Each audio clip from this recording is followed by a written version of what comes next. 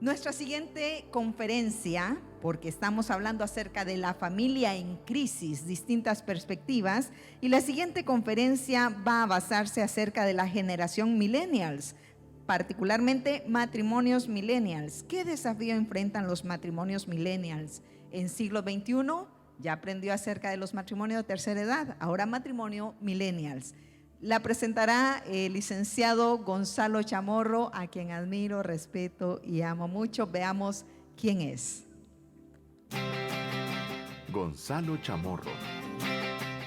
Gonzalo es profesor de Teología e Historia, es director del Instituto Crux y conductor de Café, Cultura y Cristianismo, que se transmite en Ilumina 98.1 FM. Está casado con Carolina desde hace 16 años, con quien tiene 2 hijos, Irene y Moisés. Le encanta cocinar, en especial hacer pizzas. Viajar y conocer otras culturas son otra de sus pasiones.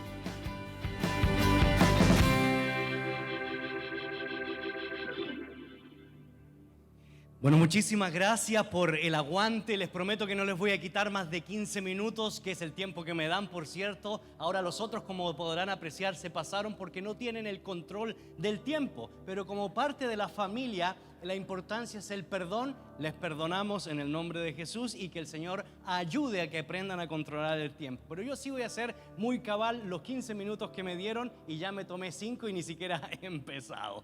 Bueno, hoy voy a reflexionar sobre la etapa de los matrimonios en una edad que algunos consideran los millennials. Podemos estar hablando entre los 25 y los 40 años. Yo extendería los 45 años para aquellos que realmente se sienten jóvenes, porque yo me siento joven y ando por esa etapa. Lo primero que tengo que decir ante esta realidad, miren, es una etapa linda, pero también muy compleja. Y por eso la importancia de ese periodo de llegar instruido, formado, para entender que hombres y mujeres somos totalmente diferentes, eso va a ser fundamental y va a marcar la diferencia. ¿Por qué? Porque los expertos dicen que el hombre es objetivo y la mujer subjetiva. El hombre quiere llegar, por ejemplo, a Chiquimula. Mi anhelo era poder llegar a Chiquimula y en el proceso de salir de la ciudad capital hasta acá, entonces, ¿cuál creen ustedes que era mi objetivo? Simple y sencillamente poder llegar al lugar donde nos encontrábamos. En cambio, mi esposa Carolina me empezó a preguntar, bueno, ¿y dónde vamos a pasar a comer? ¿Y qué pasa si La cosa es que todo es gasto. Somos diferentes. Y esa diferencia es fundamental que la podamos entender, porque hay que buscar el equilibrio necesario a la hora de poder encontrar los comunes acuerdos. Entendiendo que tenemos cualidades diferentes, perspectivas diferentes, comprender que la mujer muchas veces construye una imagen de básicamente generar un cuento, porque siempre está esperando que uno sea el príncipe azul, que uno las despierte con un beso, que uno las resuelva el problema, y por otro lado el hombre está esperando exactamente lo contrario. Así que la verdad es que es fundamental que nosotros podamos conocernos para poder comprender, para poder evitar dificultades, diferencias y problemas. Y por eso, a grandes rasgos, les recomiendo el libro de Pilar Sordo. El texto se llama Viva la Diferencia, y ahí usted podrá encontrar cuáles son las reales diferencias que enfrentamos tanto los hombres como las mujeres de manera individual, pero también dentro del contexto del matrimonio. Yo les mencioné una: el hombre es objetivo, la mujer es subjetiva. El hombre persigue metas, la mujer en el proceso se imagina un mundo mágico que, claro, uno lo interpreta como que todo es gasto, y no necesariamente todo es gasto, sino más bien inversión. ¿Lo dije bien? Así, no me regañen después por lo que... Y entonces eso es importante que podamos comprender, que podamos trabajar y que podamos ratificar en nuestra vida, porque desafíos enfrentamos. En la edad que nos encontramos, o la edad que nos encontramos junto con mi esposa, es la edad o la etapa más productiva. Es donde estamos más metidos en el trabajo, es donde nos preocupa llevar el sostén, poder ahorrar, poder invertir probablemente en una propiedad, probablemente poder llevar esa posibilidad del panel a la mesa de la casa, y eso genera ciertas problemáticas que van generando tensión, porque estamos tan metidos en el trabajo que muchas veces esa comunicación que teníamos en la etapa del noviazgo, o esa comunicación que teníamos en la etapa de los primeros años del matrimonio, poco a poco se van perdiendo porque vamos adquiriendo responsabilidades económicas, responsabilidades dentro del contexto del hogar. Si Dios nos permite tener hijos, eso se suma ante esa realidad de quién asume qué tipo de responsabilidad. Por lo tanto, básicamente, una de las cosas que los expertos han mencionado a grandes rasgos, es que uno de los mayores problemas en el campo de la comunicación que enfrentan las parejas millennials o los matrimonios de mediana edad es la constante comunicación pasivo-agresiva y el uso de la culpabilidad. Es que por tu culpa no estamos haciendo esto, es que por tu culpa no hemos logrado esto, es que por culpa de tu trabajo ya no me das más tiempo, es que por culpa de tal X, Y y Z, y comienza a haber ese tipo de diálogo, de comunicación, de expresión que distinguen las problemáticas que estamos enfrentando los matrimonios de mediana edad o de temprana edad. Hay discusiones de pareja con intolerancia. ¿Saben por qué? Porque llegamos tan cansados del trabajo que cuando queremos conversar, la verdad es que estamos absolutamente agotados. Y probablemente el hombre o la mujer que tienen trabajos arduos y que necesitan pasar un tiempo de comunicación formal, especial, donde las palabras de afirmación sean importantes, debido a que tanto la mujer como el hombre necesitan palabras de afirmación, estamos tan cansados producto de los trabajos que esas conversaciones se convierten al final en discusiones de parejas de intolerancia. ¿Qué comienza a pasar con el amor después de los primeros años? ¿Se acaba? Los conflictos de pareja están a la orden del día. La desconfianza, los celos, la infidelidad, la pasión. Lo que acontecía en los primeros meses o años de casado en términos sexuales va reduciéndose por causa del excesivo trabajo, los excesivos compromisos, la falta de diálogo y los problemas que se van aunando por las responsabilidades que vamos adquiriendo. Inclusive dentro del contexto de la iglesia. No se olvide que su primer ministerio y su primera labor es en el hogar. Y si la familia y si la iglesia muchas veces le quita el tiempo para desarrollar eso, hay que pensarlo. En el campo de la comunicación van surgiendo las imposibilidades de perdonar y pedir perdón, porque cada quien tiene razón. Los temas de finanzas, proyectos de vida, falta de tiempo juntos por la actividad productiva a corto, mediano y largo plazo, la falta de empleo, la formación profesional, la diferencia salarial, las habilidades personales. Cuando el hombre ve que la mujer gana más que él, para el hombre que es el conquistador, él es el que quiere ir adelante con las metas y los proyectos, muchos de ellos se sienten acongojados, aplastados. ¿Pero por qué? Por falta de comunicación. ¿Saben qué? Si nosotros aprendiéramos a comunicarnos, a dialogar y a sentar las bases de nuestras relaciones, evitaríamos pleitos, disensiones, divisiones y hasta guerras. Cuando uno estudia las historias de la guerra, en todas las civilizaciones, en todos los imperios, han sido por supuesto por la maldad humana, pero muchas guerras también han sido por falta de comunicación. Si nosotros aprendiéramos a comunicarnos dentro del hogar, entonces evitaríamos todas estas diferencias que están presentes por las circunstancias que estamos viviendo. Circunstancias complejas, circunstancias difíciles, circunstancias que simple y sencillamente se resuelven con la temática de la comunicación. Relaciones interpersonales, tiempo, recursos enfocados hacia afuera y no hacia adentro. Cuidado espiritual, falta de mayordomía y sacerdocio en el hogar, falta de guía o cabeza en el hogar. ¿Cuáles son los roles? ¿Cuáles son nuestras responsabilidades como varones y como mujeres? Y entonces la gran mayoría, queridos amigos y hermanos, de los problemas y los desafíos que estamos enfrentando en la actualidad, en estos días, se debe, y yo lo resumiría, a un problema de comunicación.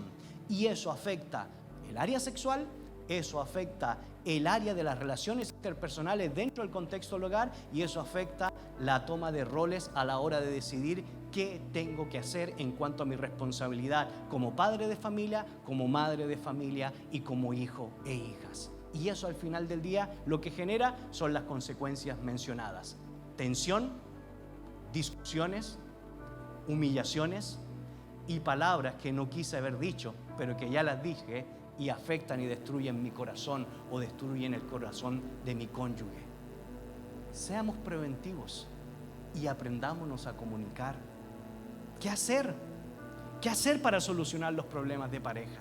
Bueno, comprométase entonces a comunicarse bien, a dialogar y no pelear.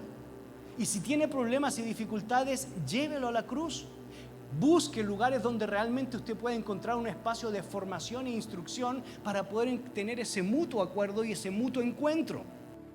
Acuerden pasar más tiempo juntos.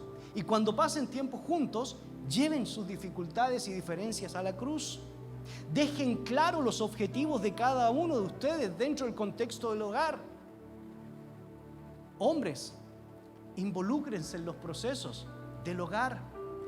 Mujeres, no estén siempre con la cantaleta. Es que tú nunca, es que tú nunca, es que tú nunca. No exagere. ¿Cuántos hombres dicen amén? Ya había alguno. Y eso se evita con la temática de entender cómo deben ser nuestras discusiones. Pero por sobre todas las cosas, busque ayuda. Si realmente ustedes creen que no pueden por sí solos, busquen ayuda. Si creen ustedes que ya la relación está tan agotada, está tan desgastada, que es imposible poder entre ustedes llegar a un común acuerdo. Y Dios hará. Y las personas que lleguen les darán sabiduría. Y las personas que les apoyen les invitarán a desarrollar una de las cosas que mayormente se pierden en los matrimonios de temprana edad: la comunicación. Por el excesivo trabajo, por los excesivos compromisos y porque este mundo es tan ajetreado que lo que perdemos en el proceso es el problema de la comunicación. En eso sintetizo yo los grandes problemas que estamos viviendo en los matrimonios de temprana edad. A mayor comunicación, mayor comprensión. A menor comunicación, los problemas van a estar a la orden del día. Una mujer estresada dice cosas que no quería haber dicho. Un hombre estresado usa palabras soeces para ofender a su mujer. Tomémonos con más pausa la vida. No nos estresemos. Si Dios quiere apoyarles, pídale ayuda en este proceso. Si usted siente que no le alcanza para llegar a fin de mes, hable con su esposa, o esposa hable con su esposo, y vean qué cosas tienen que reducir. Pero no pierdan la comunicación. Es decir, vale más tener una televisión de 50 pulgadas y trabajar arduamente que perder la comunicación dentro del contexto del hogar. No lo vale. No lo vale, porque es preferible tener una televisión pequeñita en blanco y negro. Bueno, no existen ya, solo yo tengo una que todavía funciona. Pero ser feliz en el hogar y comunicarnos y hablar. ¿Vale la pena tener el carro último modelo, pero perder la comunicación con mi esposa, con mi esposo? No vale la pena. Por eso evalúe cuáles son sus prioridades. Y como me quedan 3 minutos, si algo tengo que decirles a ustedes es: aprendamos a comunicarnos y nos irá mejor en la vida. Pero a la luz de amarrar todo lo que se ha dicho aquí, yo quisiera decirles a ustedes que es importante repasar cuál es nuestra responsabilidad dentro del contexto del hogar. Y yo sé que muchos de ustedes han leído la historia de Josué al final de sus días. Y cuando uno lee el libro de Josué, hay 2 palabras que a mí siempre me resuenan. Y más que a mí, 2 palabras que se repiten constantemente en la teología de Josué, en el libro de Josué.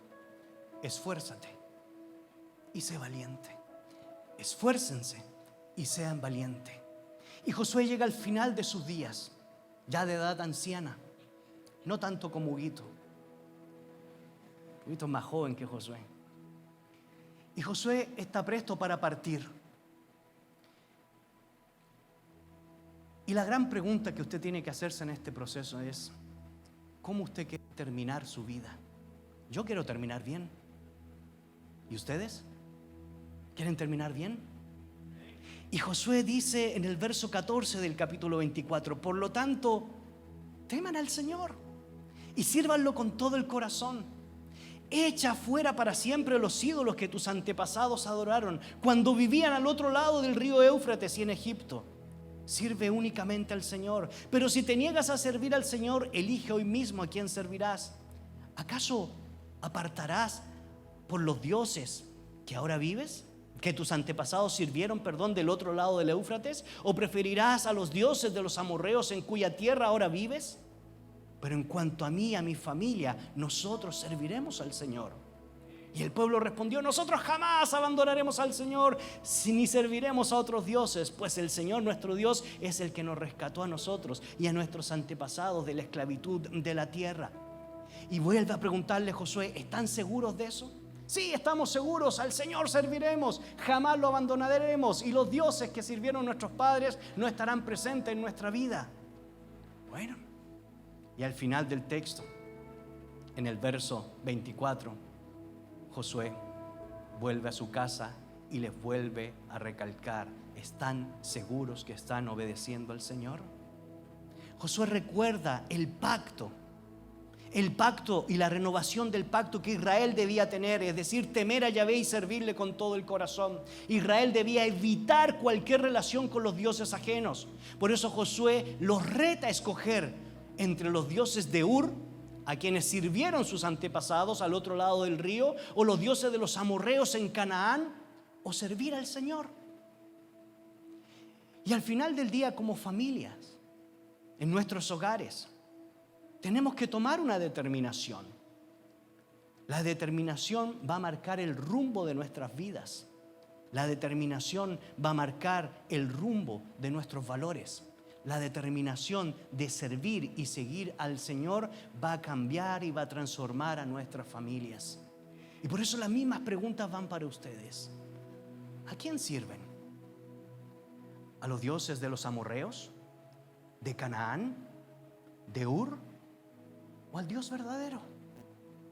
Al Dios verdadero que exige de nosotros integridad, prudencia, buena comunicación.